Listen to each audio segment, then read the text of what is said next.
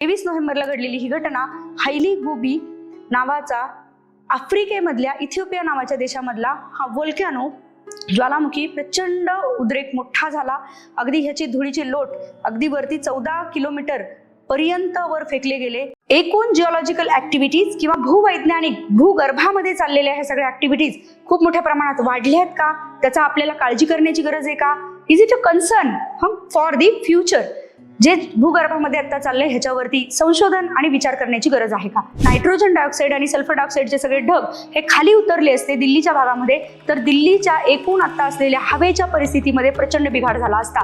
पण तसं आत्ता तरी आपल्याला झालेलं पाहायला मिळत नाही. त्याचं एक खूप महत्त्वाचं कारण आहे की आत्ता दिल्लीमध्ये किंवा एकूणच आपल्या भारतामध्ये आता हिवाळा सुरू आहे. जमिनीवर घडलं म्हणून त्याचा वातावरणावर परिणाम झालाच आणि वातावरणात घडलं म्हणून त्याचा थेट माणसाच्या एकूण आर्थिक परिस्थितीवरती सुद्धा परिणाम होताना आपल्याला दिसतोय.